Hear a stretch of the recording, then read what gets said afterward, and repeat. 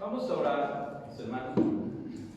Padre, te damos las gracias por concedernos el estar nuevamente aquí y también porque vamos a meditar en tu palabra. Ahora rogamos que tú abras nuestro entendimiento, Señor, ya que lo que hemos de escuchar en esta tarde será tu palabra, Dios, y tu palabra no regresa vacía. Así que confiamos, Padre, que entenderemos, que comprenderemos y la obedeceremos. Gracias te damos entonces en el nombre de Cristo Jesús. Amén. Tomen sus lugares, mis hermanos, por favor. Estamos en el último capítulo de la epístola, hermanos, a los Corintios. En nuestras Biblias, en todas las Biblias, mejor dicho, aparece como la segunda carta. Pero gracias a Dios, hermanos, al estudiarla, nos damos cuenta que es en realidad el cuarto escrito que el apóstol hace a la iglesia de Corinto, que había visitado este lugar en dos ocasiones. El primero lo tenemos registrado en el libro de los Hechos. La segunda es la referencia, hermanos, a una visita no escrita en la Escritura, pero históricamente conocida como la visita dolorosa. Y ahí, hermanos, es donde Pablo hace mención de tener un deseo más, o nuevamente un deseo para estar nuevamente en la iglesia de Corinto.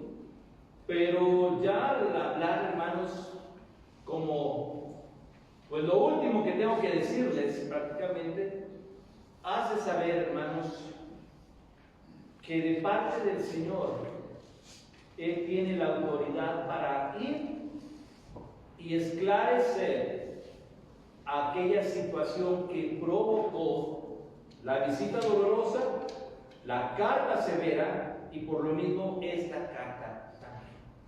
Entonces Pablo les dio todo lo que tenía que corregirse, hermanos, en dos cartas previas que las que tenemos aquí. Y en esta, hermanos, ya en este capítulo es una forma de terminar. No creo que sea una amenaza, no creo que sea una advertencia. Yo veo a Pablo más interesado en dar una promesa de amor, es decir, voy a ir, voy a corregir, voy a ir y voy a hablar, voy a ir y tendré que confrontar. De la misma forma en la que un padre, hermanos, le dice a su hijo, voy a ir, ¿verdad? Y hablaremos. Cuando de alguna forma por ahí, ¿verdad? Yo también fui niño y dicen por ahí mis padres que hacía travesuras. Yo no recuerdo nada de eso, pero ellos me decían que sí, ¿verdad? Y mi mamá era quien daba la advertencia. Su mirada era suficiente y nos decía, en la casa hablamos. Era todo lo que decía y uno ya sabía. Y de repente llegamos un día, de alguna razón, ¿verdad? Y uno confiado en que pues ya pasó la amenaza, ya pasó la advertencia. En la casa hablamos y pues igual caminamos, no teníamos auto, regresamos caminando, tomamos la combi, llegamos acá y pues ya se le olvidó a mamá que vamos a hablar, ¿verdad? Y cuál sorpresa, cuando se cierra la puerta, pum, siéntate que vamos a hablar. ¿Por qué? Me decían, tengo que explicarte o tú sabes lo que hiciste. Y no, pues la verdad es que sí, uno sabe. Pablo le dice a los corintios lo mismo. Tengo un deseo de ir. Mire cómo lo dice, versículo 1. Esta es la tercera vez que voy a vosotros. Por boca de 2 o de 3 testigos se decidirá todo asunto.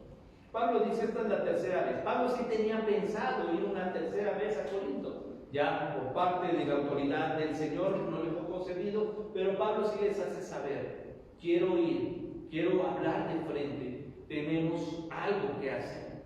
Pero hace alusión, hermanos, a la ley de Moisés, a la ley en Deuteronomio 17, hermanos, para que no se note a calumnia ni el ataque contra él del que fue víctima, ni lo que él va a hacer al reprender a los que trabajaron, hablaron, calumniaron, engañaron a los falsos apóstoles.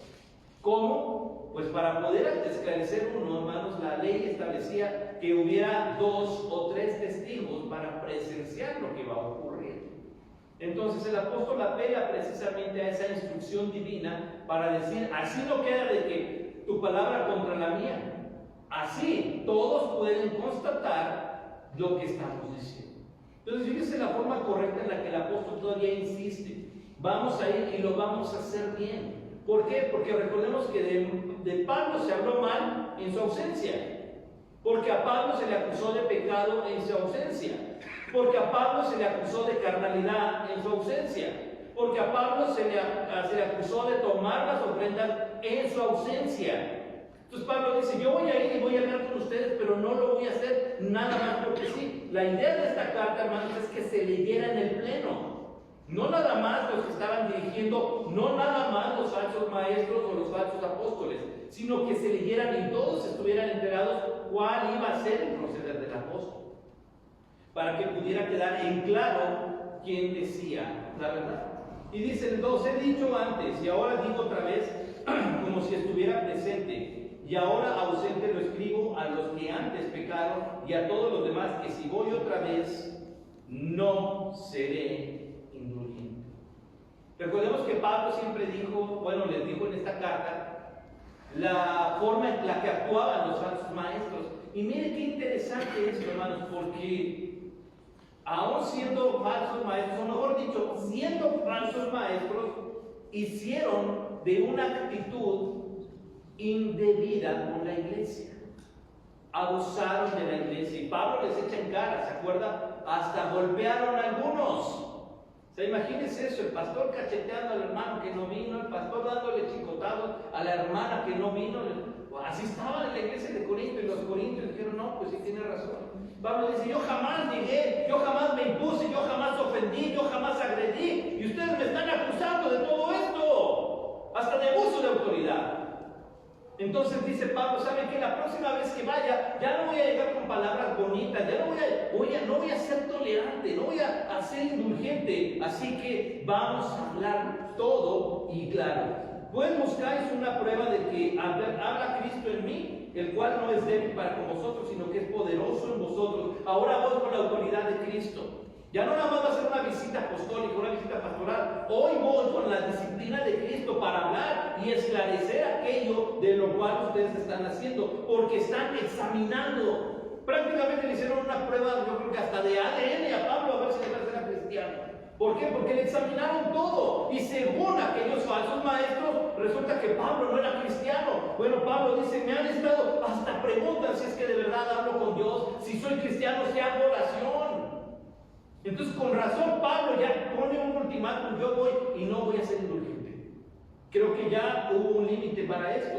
Dice, porque aunque fue crucificado, hablando de Cristo, en debilidad vive por el poder de Dios. Está hablando, hermanos, del sacrificio, lo que hacemos en la mañana, que pudiera haber parecido una derrota, pero realmente fue una victoria poderosa. Así que el mal entendimiento de lo que ocurre, la mala comprensión de lo que está escrito y la mala actitud de una persona que no estudia la Biblia como tal, puede repercutir en peligrosidad para la iglesia. Y Pablo dice, bueno, tal vez pudieran pensar eso, pero por el poder de Dios Jesucristo fue resucitado. Y aquí es donde habla, también nosotros débiles en Él. Recordemos que Pablo nunca tuvo la arrogancia de decir, yo soy fuerte. Es más, lo que él dice, soy débil. Pero ahí es donde radica el poder de Dios, en que yo soy el que necesito a Dios. Y entonces dice así, pero viviremos con Él por el poder de Dios para con nosotros, por lo que hace Dios. Así que Pablo estaba convencido, hermanos, que no era un apóstol excelente. Pero también no niega, ¿saben que yo sí me he preparado? Y recordemos que Pablo no era una persona improvisada. Pablo no era una persona, hermanos, que estuviera aprendiendo. Pablo conocía, Pablo estudió, Pablo tenía profesión, Pablo tenía incluso oficio, Pablo tenía ciudadanía, Pablo por lo menos debía haber hablado 4 idiomas según los registros bíblicos. Así que Pablo sabía de lo que estaba hablando, sabía de filosofía, hermanos, sabía incluso algunas cuestiones médicas. Tenía a su amigo ahí junto a él, que era el médico Lucas. Así que no estaba hablando nada más por decir, ahora quiero quedar bien y taparle la boca a los corintios. Pablo está diciendo, literalmente tengo la autoridad para hacerles ver que lo que hicieron está mal. Ahora los reta, examinaos a vosotros mismos si estáis en la fe. Háganse una evaluación ustedes. Vean lo que está escrito y vean su actitud.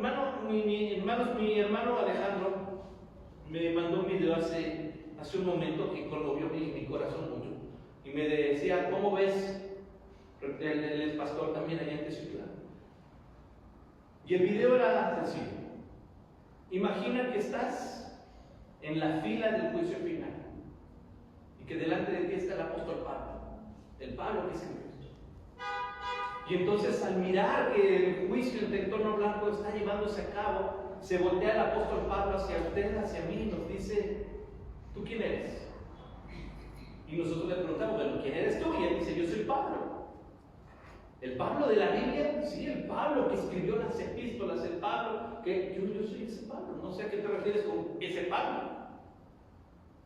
¿Y tú quién eres?, nos dice.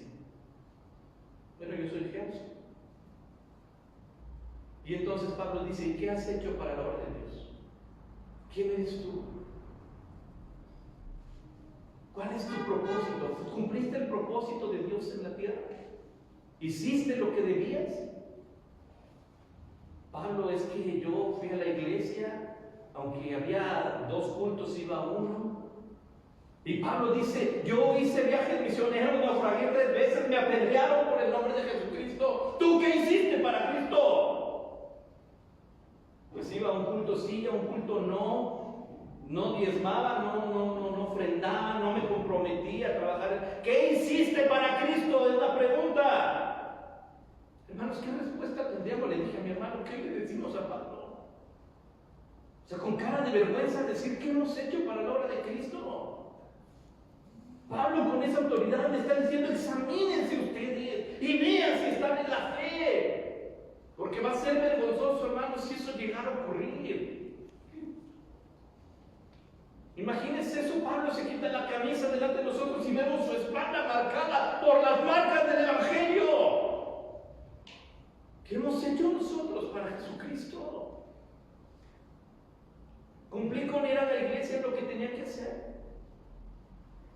Y Pablo nos diría: ¿qué hiciste para Jesucristo? Pablo les dice aquí con esa autoridad, que ahora ya tengo en la mente esta imagen: examínense ustedes y pruébense ustedes mismos. ¿O no conocéis a vosotros mismos? ¿No se conocen ustedes? Jesucristo está en vosotros, a menos que estéis reprobados. Jesucristo camina entre nosotros, hermanos, pero nuestra mente tal vez no alcanza a asimilar que al decir Jesús está con nosotros, Jesús habita en mi corazón, significa que tengo una responsabilidad real. Y gloria a Dios, porque, hermanos, cumplimos con el reunirnos. Pero la vida cristiana no es netamente el domingo, el culto a las 12, el culto a las 6. Porque mañana usted tendrá que ser emisario de evangelismo, de predicación. Porque el martes vamos a un centro de rehabilitación a predicar. ¿Cuántos se han apuntado para decir: hermano, yo no estoy apuntado, pero quiero ir otra vez? Así la acusación de Pablo es una acusación para orar, hermanos. Examínense si de verdad están en la fe. ¿Qué es lo que hemos hecho, hermanos? Y la verdad es que creo que muchas iglesias hoy en día nos hemos conformado y no nos hemos confrontado con el Evangelio. Porque es bien fácil hacernos las víctimas. Quitémonos eso, hermanos, y preguntémonos: ¿qué hemos hecho? ¿Qué estoy dispuesto a hacer? Quitémonos las quejas de aquello que vi, aquello que no me gusta. Hermano, ¿qué está haciendo usted? ¿Sabe cuántos servicios hay en la iglesia? ¿Cuánta necesidad hay de seguir invitando gente, de llevar una Biblia? Cargue una Biblia en su carro, por si a alguien se le cruza, regálale una Biblia. No deje de decir: Dios te bendiga al desconocido. Tenga, hermano, si le va a dar a limpiaparabrisas, dele, pero también dele un folleto. Tenemos mucho que hacer. El hecho de venir aquí y orar por aquellos que hacen una obra que tal vez no estamos haciendo. Yo no sé cuántos de nosotros, hermanos, realmente a las 10 para las 11, hermanos, que se nos manda el mensaje los martes, ¿cuántos realmente estamos orando por la línea 1 que está allá? Si realmente lo estamos haciendo o no. Entonces, imagínense esa acusación de Pablo. Y esta acusación de Pablo hoy es para orar. Examinen, no se les olvide que Jesucristo está en ustedes, a menos que sean reprobados espiritualmente. Así que una de dos, hermanos: O nos ponemos a hacer lo que nos toca como cristianos, o significa que estamos reprobados. Y déjeme darle la noticia de que si usted está reprobado, usted no es cristiano. Y si no es cristiano, no tenemos esperanza de llegar al cielo, porque el Espíritu Santo no está trabajando en nosotros. Y eso es solo señal de que no hemos sido, hermanos, redimidos ni comprados por Cristo. Y esa decisión es la nuestra. Dice más, espero que conoceréis que nosotros no estamos reprobados. Pablo dice, yo sé, y ustedes están conscientes que yo, hablando de él, no estoy reprobado. ¿Se acuerda que le decía yo y Timoteo, yo y el hermano, otro hermano que no sabemos su nombre, pero ellos tres, Pablo dice, nosotros no estamos reprobados, y a ustedes les consta por todo lo que hemos hecho. Y oramos, y todavía en esta parte, y oramos a Dios que ninguna cosa mala hagáis. La forma en la que Pablo dice, estoy pidiendo para que su comportamiento sea cristiano. Aún a pesar de lo que han dicho, no para que nosotros aparezcamos aprobados, no para que digan, no, el trabajo de Pablo y le aplaudan a Pablo, sino para qué, para que vosotros hagáis lo bueno, para que la iglesia sea bendecida, para que la iglesia siga trabajando, para que la iglesia no se detenga, aunque nosotros seamos como reprobados. Usted dice que somos reprobados, ok, pero ustedes demuestren que no lo son. No está diciendo Pablo una justificación, bueno, tal vez sí. No, si ustedes quieren pensar eso, piénsenlo, pero ustedes saben que no es así. Ahora, ustedes mismos examínense y véanse desafiados, porque nada podemos contra la verdad, sino por la verdad. Todo es esclarecido. El Señor Jesús dijo que no hay nada oculto que no salga a la luz. Así que, hermanos, el reprobado espiritualmente siempre sale a flote. Siempre sale aquel que no es cristiano. Siempre sale aquel que tiene la razón, aun cuando la Escritura diga lo contrario. Y entonces Pablo dice, ese es un reprobado. Por lo cual nos gozamos de que seamos nosotros débiles y que vosotros estéis fuertes, y aún oramos por vuestra perfección. ¿Saben qué me alegra de ese Pablo? Que ustedes sigan diciendo que yo soy débil, pero quiero pensar que entonces ustedes son maduros al punto de levantar el dedo de juez para decir Pablo está mal, significando que ustedes están bien. Aunque Pablo sabe que no es así. Pero esta es una acusación directa y dice, por esto os escribo estando ausente. Esto se lo estoy diciendo ausente, para no usar de severidad cuando esté presente. Ya cuando llegue, ya no sea necesario mencionar esto. Solo lo podamos hablar conforme a la autoridad. Mire, que el Señor me ha dado. Fíjense bien, todo lo que dijo Pablo, aunque pudiera sonar duro, áspero, dice, para edificación, no para destrucción. Cuando el Señor Jesús, cuando la Biblia, hermanos, nos hace saber que hay pecado en nosotros, no es para que usted y yo digamos, Dios no me quiere, sino para que usted y yo digamos, Señor, necesito tu ayuda. No es una acusación para que usted diga, bueno, ya no me paso a dirigir, bueno, ya no lo hago si no les gusta cómo lo hago, sino para que usted y yo digamos, entiendo que ahora tengo que corregir algo y es mi responsabilidad, hermanos, salir aprobado delante de Dios. No tengo argumento. Pablo, hermanos, les dice a la iglesia, desmantela todo argumento de la iglesia, todo aquello que pudiera pensarse o tenerse, hermanos, de una manera confortable. Estamos bien. Pablo dice, no estamos bien. Estamos haciendo las cosas y las estamos haciendo mal. Y nos estamos olvidando que la gloria es para Dios. Y nos estamos olvidando que es nuestro deber, que es nuestra responsabilidad. Y estamos levantando un dedo para señalar y quejarnos. Pablo está diciendo de una forma, ¿sabes qué? Iglesia, mejor examínate.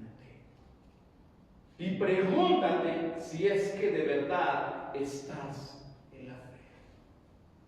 Hermanos, si la fe, según la Escritura, solo la obtenemos por dos formas. Número uno, por la Biblia misma. La palabra de Dios produce fe. Y la segunda es por la presencia del Espíritu Santo en nosotros a través del fruto. Y esto es lo que desencadena, hermanos, o hace saber si usted y yo realmente estamos o no estamos. No que tengamos un cúmulo de información aquí, sino que haya espíritu de humildad y de servicio aquí. Volvemos al punto, hermanos, preguntémonos. Si tuviéramos a Pablo y nos dijera, ¿qué has hecho tú por el Señor?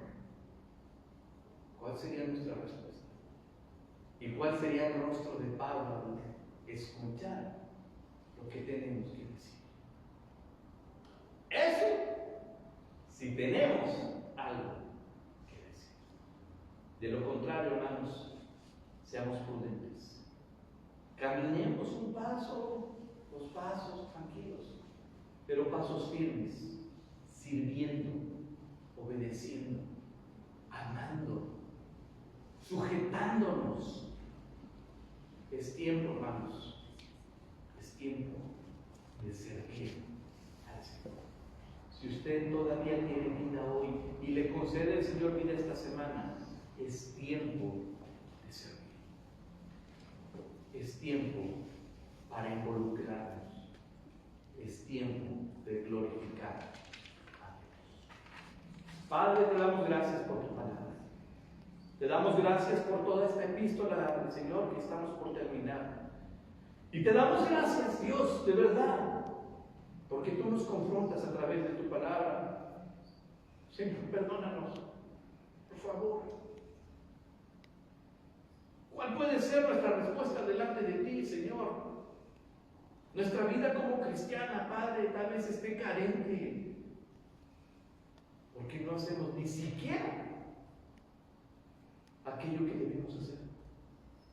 Y algunos todavía están con arrogancia y jactancia. Hacemos de lado el servicio. Señor, Pablo le dice esto a Corinto. Pablo nos dice esto a nosotros. No queremos estar reprobados delante de ti, Señor. Obra tú en nosotros. Levanta tu iglesia con tu poder de tal manera que todos los que decimos participar y ser parte de esta iglesia estemos involucrados, estemos hablando de Cristo, estemos hablando de la Escritura, compartiendo la Biblia, orando por el necesitado, ayudando, haciendo, sirviendo, comprometiéndonos en los ministerios, mi Dios. Si no, bien dicen los embajadores, ¿para qué nací? Gracias te damos por esta palabra, Señor. Te rogamos que tenga fruto en nuestras vidas y que nos vayamos con esta inquietud examinándonos a nosotros mismos si en verdad estamos en la fe. Gracias por tu palabra, Señor, en el nombre de Cristo Jesús.